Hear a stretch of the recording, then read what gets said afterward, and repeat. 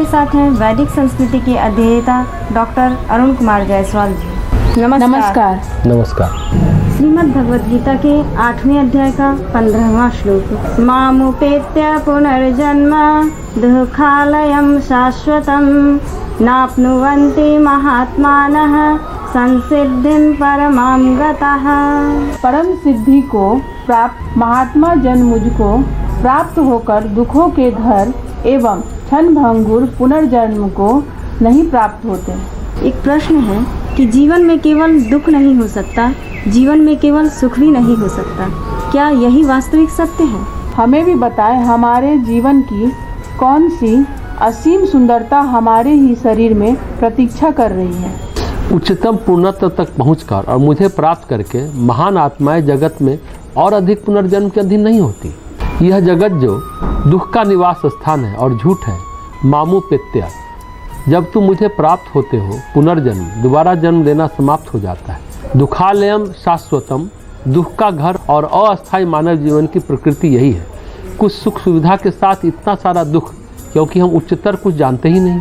इस दुख के घर में और अस्थायी घर में भला कौन रहना चाहेगा, पर हम सोचते हैं कि यही सर्वश्रेष्ठ प्रकार का जीवन है। लेकिन जब हम जान जाते हैं कि कुछ इससे भी उच्चतर है तो हमें ज्ञात होता है यह प्रथम श्रेणी का जीवन कदाचित नहीं है। हम जो है उसी में संतुष्ट रहना चाहते हैं, बदलना नहीं चाहते। इस मानव शरीर में हमें सुख मिलता है। सच पूछो तो एक सूअर के शरीर में भी सुख है। एक सूअर से भी पूछो कि क्या तुम अपना शरीर बदलना चाहते हो, तो उसका भी उत्तर न में होगा, कहेगा नहीं, मैं यहाँ बहुत ठीक हूँ। प्रत्येक व्यक्ति यह न जानते हुए कि शरीर के पीछे आत्मा को उपलब्ध करने में असीम सुंदरता हमारी प्रतीक्षा कर रही है, तो उसी दृष्टिकोण के द्वारा जकड़ा हुआ है। दुखालयम शब्द का अर्थ यह नहीं कि कोई आनंद नहीं है, आनंद और सुख दोनों है। यथार्थ में इस विषय में पूर्व और पश्चिम दोनों में अध्ययन हुआ है। जीवन में सुख अधिक है या दुख अधिक है। बाल गंगाधर तिलक ने अपनी 2 खंडों की पुस्तक गीता रहस्य में इस विषय को उठाया है। लोग कहते हैं कि संसार दुख में है तो आप निराशावादी हैं, इसका विलोम आशावादी हैं। लेकिन आप जीवन का सत्य जानते हैं तो आशावाद और निराशावाद का कोई प्रश्न ही नहीं है। यह संसार की प्रकृति के बारे में और मानव जीवन के बारे में केवल एक सत्य है। इस विषय पर विचार करते हुए अपनी पुस्तक में तिलक ने यह भी लिखा है कि मोहम्मदी इतिहास में बताया गया है कि स्पेन के मोहम्मदी शासन काल में एक न्यायप्रिय शक्तिशाली शासक था जिसका नाम था अब्दुल रहमान तृतीय। वह एक डायरी लिखा करता था कि वह अपना दिन कैसे बिता रहा है, और अंततोगत्वा उसने पाया कि अपने 50 वर्ष के शासन काल में विशुद्ध प्रसन्नता केवल 14 दिन ही पाया। तिलक ने इस विषय को अनुपात रूप में रखा है, सुख का भोग एवं सुख की इच्छा। लेकिन यह इतना विचित्र विभाजन है कि इसका विभाजन संख्या भोग की इच्छा सदा विभिन्न अंश से अधिक मात्रा में बढ़ता है, अर्थात सुख के भोग से। सुख का भोग कम होता है और सुख की इच्छा ज़्यादा। इसलिए यह विभाजन प्रारंभ में 1/2 है तो बाद में 3/10 हो जाता है, अर्थात भिन्न का अंश 3 गुना बढ़ जाता है, पर विभाजक संख्या 5 गुना बढ़ जाती है। अनेकी हुवर सम्मति का रिपोर्ट का संदर्भ देते हुए कहा गया था कि कोई भी इच्छाएं नहीं है जिनको उनके जैसे ही संतुष्ट किया जाए तो अन्य इच्छाओं को जन्म नहीं देगी। दूसरी तरफ समस्त उन्नति केवल असंतुष्टि से ही होती है। ऐसा अपने राजकुमार पुत्र संजय को रानी विदुला कहती है।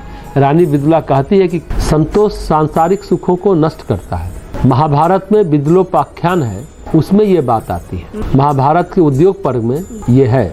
रानी विदुला अपने पुत्र संजय को कहती है कि किंदुक की लकड़ी की तरह मत जलो, धुएं की तरह मत जलो, भूसे की तरह मत जलो, फूस की तरह मत जलो, थोड़ी देर जलो पर लपट बनकर जलो। ब्रिटिश विचारक जॉन स्टूमिल अपनी पुस्तक यूटिलाइजेशन में इस विषय को संदर्भित किया है। एक संतुष्ट सुअर होने की अपेक्षा एक असंतुष्ट मनुष्य होना बेहतर है। एक संतुष्ट मूर्ख की अपेक्षा एक असंतुष्ट सुकरात होना बेहतर है। यदि मूर्ख अथवा सुअर कुछ धारणा करते हैं तो इसलिए कि वे केवल अपना पक्ष जानते हैं। बहुत लोग कहते हैं कि आप समाज में दुख और सुख का हिसाब रखें तो दुख और दंड भारी पड़ते हैं, न कि सुख और आनंद। आनंद और सुख है, लेकिन जो हावी है वह दुख है। एक प्रेमी प्रेमिका इसे नहीं समझ सकते। 70 या 80 वर्ष के होने पर जब मुड़कर देखते हैं तब यह प्रश्न कर सकते हैं कि मेरे जीवन की प्रकृति क्या थी। क्या यह सभी सुख आनंद अथवा दुख था, या आनंद अधिक था या दुख अधिक था। विचारकों ने इस पर विचार किया है कि आशावाद या निराशावाद नहीं है। गीता कहती है दुखालयम अशाश्वतम, संसार में जितना घुसोगे इन्वॉल्व होगे उतना दुख होगा। इस संसार में अपने कर्म को क्षय करके आत्मा को मुक्त करने के लिए जीवन है, न कि यहाँ का सुख भोगने के लिए जीवन है। आप पर इतने दबाव होते हैं, संसार आपको दबाता है, आप उसको रोकना चाहते हैं, इसके लिए प्रयास करते हैं, स्वयं में रहना चाहते हैं तो आनंद आता है, दुख आता है, कष्ट आता है, तनाव आता है, सभी प्रकार की चिंताएं आती हैं। संसार ताप है, प्रत्येक व्यक्ति यह बोलता है। सच्चाई ये है कि हाँ, अधिक मात्रा में कष्ट है, कम मात्रा में सुख सुविधा और आनंद है। स्वामी विवेकानंद ने अपने आख्यान में कहा है, ऋषियों ने स्त्री और पुरुष के समक्ष यह प्रश्न रखा कि जीवन में सुख की प्राप्ति नहीं है, न कि दुख का भोग, अपितु आध्यात्मिक ज्ञान है। सुख और दुख को निचोड़कर ज्ञान प्राप्त करना, आप अपने विवेक के द्वारा ज्ञान प्राप्त करने का प्रयास करते हैं। उस विषय में सोच विचार के द्वारा आपको इससे ज्ञान प्राप्त होता है। बहुधा सुख की अपेक्षा दुख अधिक ज्ञानप्रद होता है, यही मानवीय अनुभव भी है। इस प्रकार हम सुख और दुख के परे चले जाते हैं। सवाल यह नहीं कि सुख अधिक है या दुख, मानव मन उच्च उद्देश्य के लिए है, यह आपको सुख और दुख के परे ले जाता है। जो सुख और दुख सभी द्वंद्वों के परे जाता है, वह कोई बिरला ही असीम आत्मा को देख पाता है, परम आत्मा को, जो सभी द्वंद्वों के परे है। भगवान कृष्ण कहते हैं कि आप दोनों के पार चले जाते हैं। सुख और दुख दोनों एक दूसरे से जुड़े हैं। यदि एक आपके पास है तो दूसरा भी आपके पास होगा। जीवन में केवल सुख नहीं हो सकता, दुख भी होगा। उसी तरह जीवन में केवल दुख नहीं हो सकता, सुख भी होगा। गीता की भाषा में जहाँ द्वंद्व शब्द है, यानी एक आपके पास है तो दूसरा भी मिलेगा, यहाँ केवल एक की आशा नहीं रख सकते। उदाहरण के लिए गर्मी और सर्दी दोनों साथ साथ हैं। यदि गर्मी है तो सर्दी भी होगी, दोनों विरोधी हैं और विरोधी वस्तुएं हमारे सब ओर हैं। भगवान कहते हैं, एक बार मुझे प्राप्त कर लेने पर तुम सुख दुख के संसार में अधिक नहीं आओगे। इस जन्म और मृत्यु के जगत में महात्माना, ऐसे व्यक्ति महात्मा है जिनका स्व अधिक इस शरीर से विस्तृत है, वह विस्तृत होकर सबके साथ एक हो जाता है, ऐसा व्यक्ति महात्मा कहलाता है। एक उपनिषद में स्वयं ईश्वर को महात्मा कहा गया है। व्यक्ति भी आत्म चेतना का असीम विस्तार प्राप्त कर चुका है, वह स्त्री या पुरुष इस जीवन में सर्वोच्च पूर्णता को प्राप्त कर चुका है। इस श्लोक में इसी भाव की व्याख्या संत कबीर की वाणी में देखिए, रहना नहीं देश बिराना है, यह संसार कागज की पुड़िया, यानी कागज की पुड़िया, बूंद परे धुल जाना है। यह संसार कांटों की बाड़ी, उलझ पुलझ मर जाना है, रहना नहीं देश बेगाना है। यह संसार झाड़ी और झाखड़, आग लगे मर जाना है, रहना नहीं देश बिराना है। कहत कबीर सुनो भाई साधो, सतगुरु नाम ठिकाना है, रहना नहीं देश बिराना है।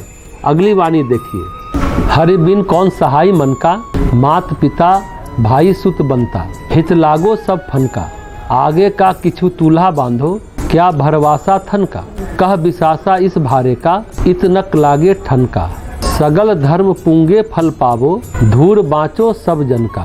कहत कबीर सुनो भई संतो, एहे मन पूरे पखेरु बन का, हरि बिन कौन सहाय मन का। बहुत महत्वपूर्ण बात है। भगवान के बिना सचमुच मन का सहायक कोई नहीं। संसार के रिश्ते नाते, सांसारिक संबंध, ये सभी अस्थायी है। एक शाश्वत रिश्ता परमात्मा से है, उसी से सहायता मिलती है और उसी के भरोसे जीना चाहिए। संत कबीर यही कहना चाहते हैं, जो इस श्लोक का निहितार्थ है।